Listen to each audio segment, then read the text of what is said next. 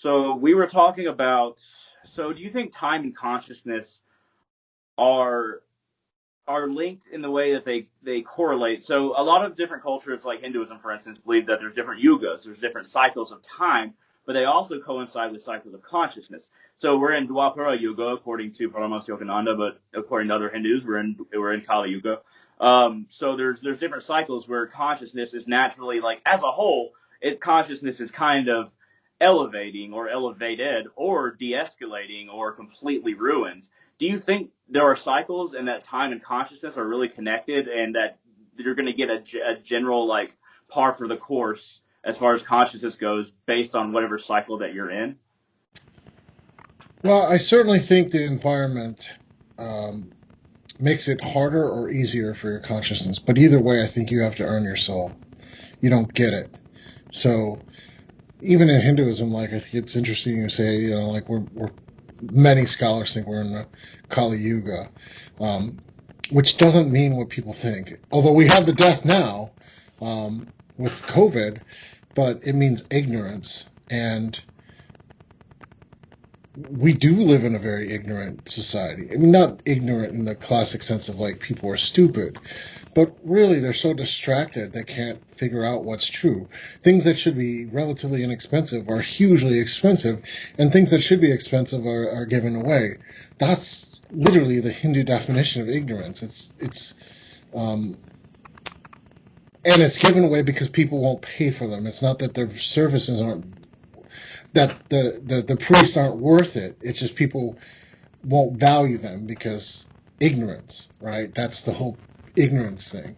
But every single one of the different aeons, if you want to call them that, or ages, or spiritual environments, Yugas, things like that. yogas, they all have benefits and detriments, right? So we'll talk about this age because the age of darkness is one where there's a promise that's never made in any other yuga in the age of darkness, is that anyone who asks for authentic, heartfelt help will receive it from the devas and the gods.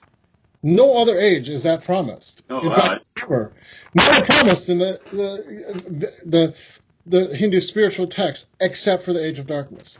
What does that imply about the age of darkness? That anyone who they may not get rewarded by the ignorant, but anyone who really wants to connect will get what they need. That is the nature of this adversarial darkness, right? That's not necessarily bad. It's tough, right? So a priest like myself, or my friend Zach, we run this clinic, right? We may not get paid what we need to survive all the time. We might have to struggle and do a lot of marketing. But the promise there is, if you're asked, you'll get help.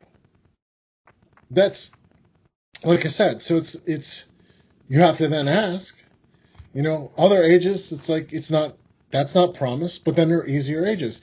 So every single thing is perfect in itself. Like there's no, the spiritual environment that you're in right now, it's perfect where you're at, and it's perfect where it's at. And whether we're in the age of Aquarius or the Kali Yuga, age of darkness, or we're going in the age of Aquarius, or whatever's going on, it's perfect, right? In that this is what it is. And you can't change that so much, but you can change how you react to it and how you decide to go through life and how you try to create meaning from that kind of pressure or lack thereof, pressure or ease or constraint, right? It's equally like bad if everything's easy. Yes, for sure. People think that would be great, but it's not. Because if it's all easy, where's the meaning either? You have to then create the meaning, and then creating meaning becomes tough in that situation. When you struggle, you know what things mean. Generally speaking, you know you earned something, or you have spiritually progressed. There's no doubt. There's no you don't like halfway become a great magician when there's external pressure. It just doesn't happen, right? But maybe when in luckier times in the spiritual environment, it does. You didn't have to really get that level of mastery. That all really coincides. I actually didn't know that about Kali Yuga. That it's when you asked it. So I've always wondered why it was so easy for me to connect to certain spirits or gods. Like it's just very, very easy. And I guess it's because I'm coming from a place where I'm coming from a place where I'm not looking for like the most selfish things. I'm actually just trying to make a connection. Like I can free write with Odin just like very easily. It doesn't need like a big ritual or anything like that.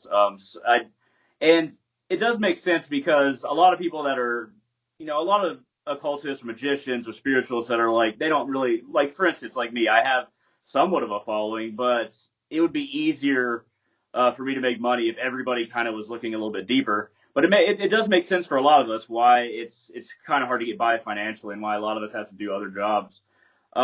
It's I remember one thing about Kali Yuga. It's similar to the Christian idea of the apocalypse, and that the veil is lifted. Like you see everything for what it is. You see people for who they are, and that is one benefit for the Kali Yuga, I imagine, is that everything is very plain, very in front of you. And in other ages, perhaps it's easier to hide, but it's very much in front of anybody who's willing to look. Does that make sense? I mean, look at politics lately. I don't need to go any further than that. Like, people are showing you exactly what they're about in a lot of ways. I mean, like, it's just right there.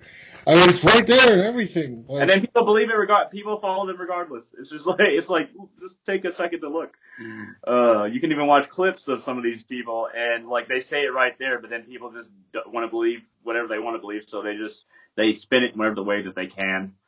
It definitely is a product of the age that we live in, I suppose. So I guess one thing that we should end on is, we've been talking a lot about energy. Is there one basic practice that you could briefly like talk about how to do that would help you just increase your energy in general? Just something basic that you don't really need a lot of know-how to do. Maybe something somebody out there who just doesn't know half of what we're talking about could kind of use. Is there anything like that you could offer? yeah, I mean, even if people just go into a horse stance, they'll improve their energy for like 30 seconds to a minute. Horse stance is shoulder width apart, and you just kind of let your arms hang there and just kind of tuck your butt under and let you go down a little bit. That would help. I mean, we in one of the courses we have a lower dantian meditation. That's a very simple qigong exercise that once you learn it, it will build up your energy because it forces you to connect to earth. Even just sitting under a tree for a while, honestly speaking, will really help if you do it on a regular basis. Like, you can improve that by like learning how to kind of focus and concentrate with the tree. But even just sitting there, your body kind of knows what to do. And give yourself the time. Just sitting still next to a tree, like you'll see, it'll clear you out. You'll get more energy. Even sitting on the earth for some people will actually make it better. So a lot of simple stuff like that. I mean, mostly it's then the skill set is just refining that so you can get more bang for the buck, or more bang for your time. And a lot of people can refine that on their own individually. I've noticed that there's certain practices I'll get the basic of, and then I'll just refine it. So yeah, it's there are a lot of really basic practices, and I'll probably do another video on that. But hey, I just want to thank you. We'll continue talking, but I want to thank you very much for coming on the channel. You've really given a lot of information that's going to help a lot of people, and we really appreciate it. And thank you for being here. Oh, thank you for having me. And you're talking about maybe you want to give a plug for your center that you're talking about, or maybe some of these courses. Is there some kind of plug that you give for that? Yeah, we do all the courses through resultsoverimage.teachable.com. And we have a center in Toronto called the Wuji Zen Life Wellness and Spiritual Performance Center. And you can look it up. It's in Toronto in East Chinatown. So we have the whole Big Trouble in Little China going on, right?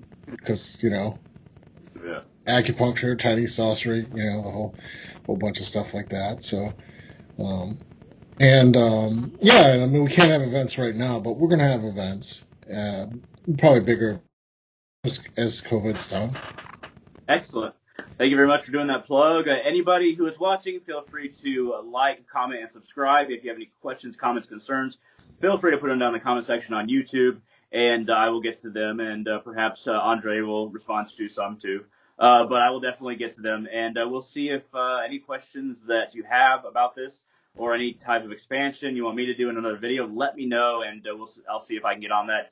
At any rate, all of you, have a wonderful day.